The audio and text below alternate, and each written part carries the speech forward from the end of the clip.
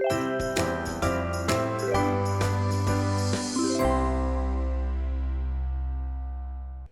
Everyone. तो आज हम लोग कर रहे हैं लीड कोड का क्वेश्चन नंबर 1 टू सम।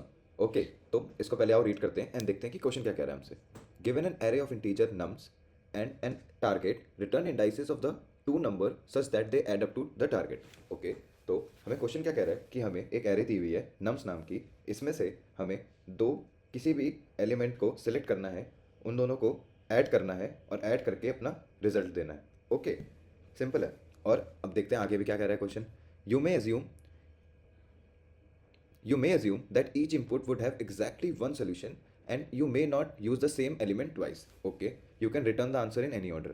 इसका मतलब कि इसका एक ही सोल्यूशन है। क्वेश्चन हमें दिया हुआ है कि हमारे पूरे नम्स के अंदर सिर्फ एक ही ऐसा सोल्यूशन होगा जो हमारे टारगेट से मैच करेगा, और जो हमें आंसर रिटर्न करना है वो हम कैसे भी दे सकते हैं। फॉर से कि हम लोग 0th इंडेक्स को प्लस करके और सेकंड को प्लस करके अपना हम लोग बना रहे हैं टारगेट, तो हम उसको 2 और 0 और 0 और 2 के जैसे भी रिटर्न कर सकते हैं। It is valid. ओके, तो अब इसको हम लोग करेंगे कैसे, आओ वो देखते हैं। फर्स्ट लेट्स से ये हमारी एरे है, इसके अंदर हम लोग एक आई लूप करेंगे एंड एक जे करेंगे। एक एक एलिमेंट को सेलेक्ट करेंगे, उसको एक अलग लिस्ट में ऐड करेंगे, उसका सम करके देखेंगे क्या वो हमारे टारगेट के इक्वल है कि नहीं है। ओके, जैसे इसका 9 है, इसका 13 है, और ये कैसे हो रहा है कि एक बारी 2 7 के साथ, then j is moving forward, फिर जे और आगे जा रहा है, और ऐसे करके टोटल हमारे 6 आउटकम बन सकते हैं। और इन 6 में जो सबका सम मैच कर रहा है वो 9 जो हमने ऊपर लिया हुआ है। ओके, तो अब आओ इसको कोड करके देखते हैं कि ये क्वेश्चन कैसे वर्क करेगा। Okay, now first keep an equal length of nums, ठीक है। इसके बाद will use A for loop iteration के लिए, फॉर आई इन रेंज कहाँ तक, n-1 से। और नाउ हम इसके अंदर हम लोग एक नेस्टेड लूप क्रिएट कर रहे हैं, तो इसके अंदर हम लोग एक जे भी लगाएंगे, फॉर जे इन रेंज किधर से, i+1 से n। ओके, नाउ इसमें एक इफ स्टेटमेंट लगाएंगे, if nums i and if num I plus nums j equal 0, then do what, return I and j। और if हमारी स्ट्रिंग खाली है तो पहले ही क्या रिटर्न करो, एक खाली स्ट्रिंग। ठीक है, पहले लूप में समझते हैं कि हो क्या रहा है अभी।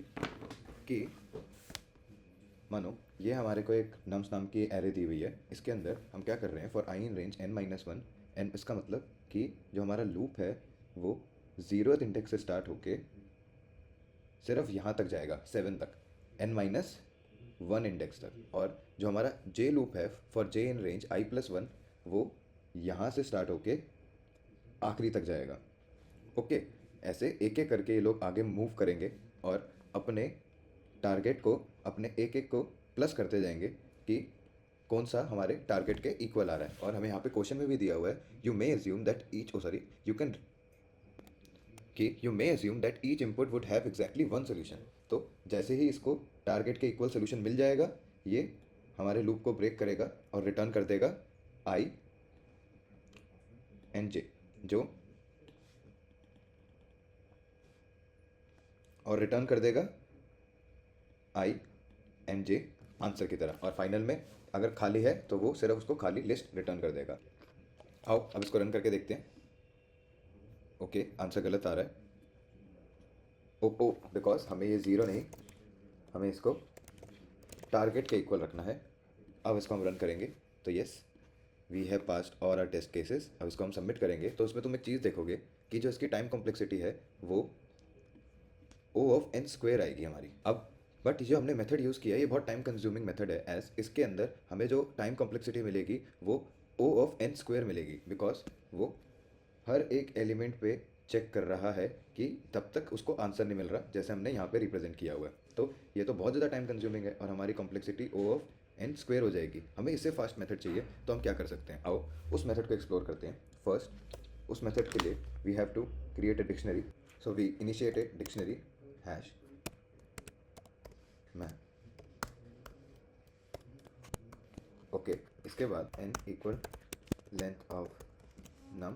Now will initiate for i in range कहाँ तक, n तक. इस बार हम पूरी अपने n के अंदर आइट्रेट कर रहे हैं, n-1 तक नहीं, इसलिए हमने n लिया. Now will take complement equal target minus nums I. Okay, and if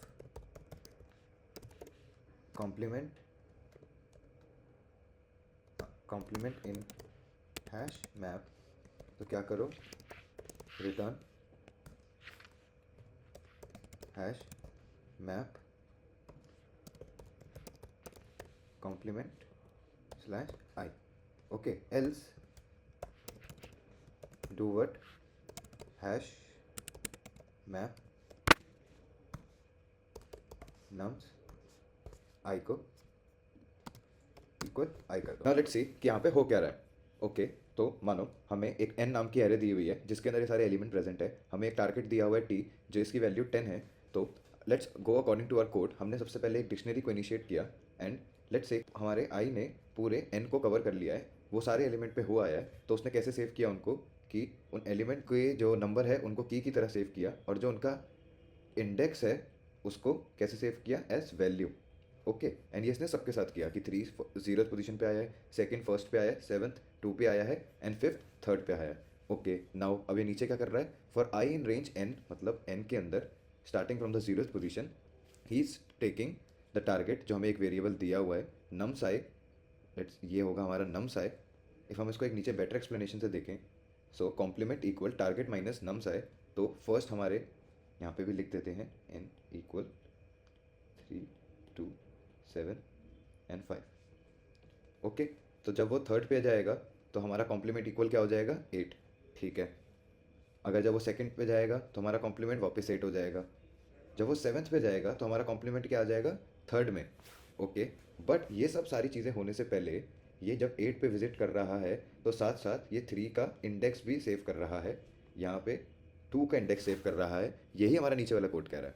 okay, now जब वो 7th पे आया उसने इसका इंडेक्स सेव किया तो हमारे पास 3 आ गया, एंड हमें चाहिए क्या था, नाउ 3 तो हमें मिल गया.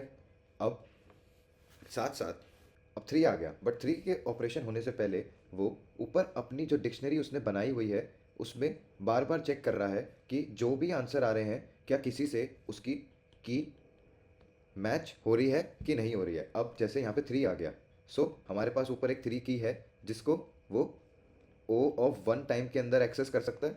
यस, अब उस की से हमने उसका इंडेक्स भी साथ उठा लिया. तो यही सेम चीज़ यहाँ पे हो रही है. इफ़ हम यहाँ पे इसको रिटर्न करें, ये हमने बनाया है कि स्ट्रिंग एम्प्टी है, उसको रन करें, so we are able to pass the case. अब हम इसकी टाइम कॉम्प्लेक्सिटी चेक करते हैं जो अब O ऑफ n के अंदर सॉल्व हो रही है.